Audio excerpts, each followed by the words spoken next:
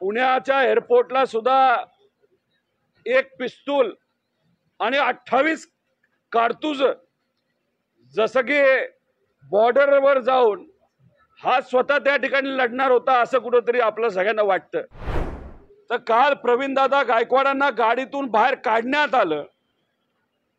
झुंडाशाहीच्या माध्यमातून काही 10-20 लोक तिथे उभे होते, त्यांनी त्यांना बाहेर काढलं।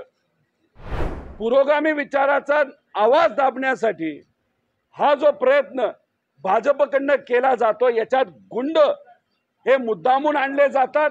पुरोगामी विचारासाठी, शिवशाहू फुले आंबेडकरांच्या विचारासाठी लढणारे व हा विचार सामान्य लोकांपर्यंत महाराष्ट्राच्या कानाकोपऱ्यात जाण्यासाठी गेले 25-30 वर्ष प्रयत्न करणारे प्रवीणदादा गायकवाड यांच्यावर दीपक काटे नावाचा जो भाजपचा कार्यकर्ता आहे, त्याने जे कृत्य केलं त्याचा आम्ही सर्वजण निषेध करतो।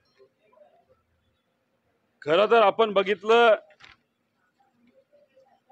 तर या महाराष्ट्रामध्ये असे काही लोक आहेत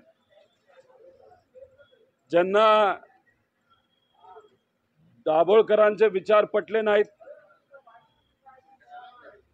पानसरेंनी जो खरा इतिहास लोकांसमोर आणला तो त्यांना पटला नाही। त्याच्याच बरोबर कलबुर्गी यांना समाजाला जो विचार दिला तो त्यांना पटला नाही।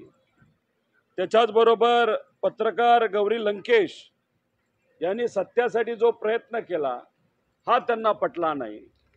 अशा विचाराची जी लोक या महाराष्ट्रामध्ये आणि देशामध्ये आहेत, अशाच लोकांना प्रवीणदादा गायकवाडांनी जो पुरोगामी विचारासाठी केलेला प्रयत्न आहे तो तिथं पटला नसावा असं आपल्याला सर्वांना बोलावं लागेल। हा जो दीपक काटे तो भाजपचा कार्यकर्ता आहे हे आपल्या सर्वांना त्या ठिकाणी माहिती आहे। पुण्याच्या एअरपोर्टला सुद्धा एक पिस्तूल आणि 28 कारतूज जसं की बॉर्डरवर जाऊन हा स्वतः त्या ठिकाणी लढणार होता असं कुठेतरी आपलं सगळ्यांना वाटतं। आता हा पिस्तूल खरा आहे का, त्याला लायसन्स आहे का, हे आपल्याला बघावं लागेल। पण त्याच्याच बरोबर आपण जर बघितलं तर युवा भारतीय जनता पार्टी युवा मोर्चा युवा संयोजक पश्चिम महाराष्ट्र असं काहीतरी त्या दीपक काटेचं पद आहे। म्हणजे हा व्यक्ती कुठल्या विचाराचा याचा अंदाज या ठिकाणी आपल्या सर्वांना लागतो। आणि काल जर आपण बघितलं तर काल प्रवीणदादा गायकवाडांना गाडीतून बाहेर काढण्यात आलं।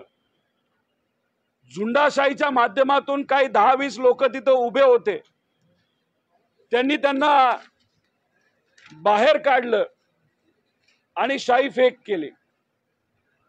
प्रवीणदादा लढणारे आहेत, घाबरणारे नाहीत, ते साईडला जाऊन थांबले।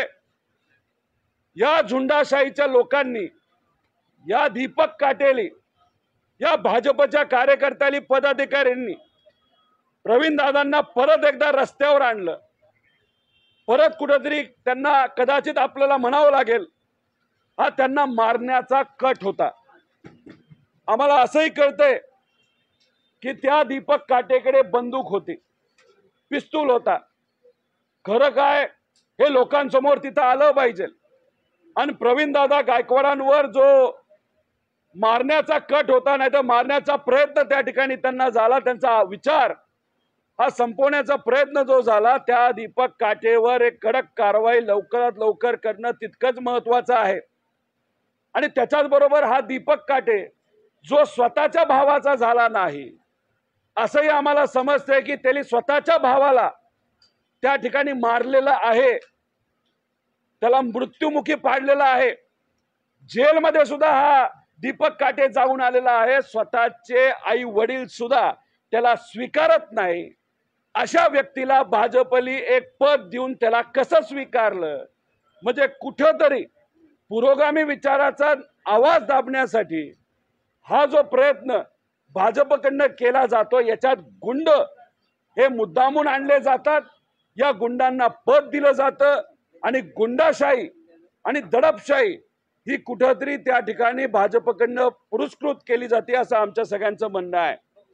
काही दिवसांपूर्वी आपण बघितलं, जनसुरक्षा कायदा हा कडव्या डाव्यांचा विरोध करण्यासाठी या ठिकाणी आणला. आम्ही म्हणलो तुम्ही ज्या पद्धतीने त्याचं डेफिनेशन केलेलं आहे याच्यामध्ये बदल हे करावे लागतील, पण ते बदल त्या ठिकाणी त्यांनी ऐकले नाही.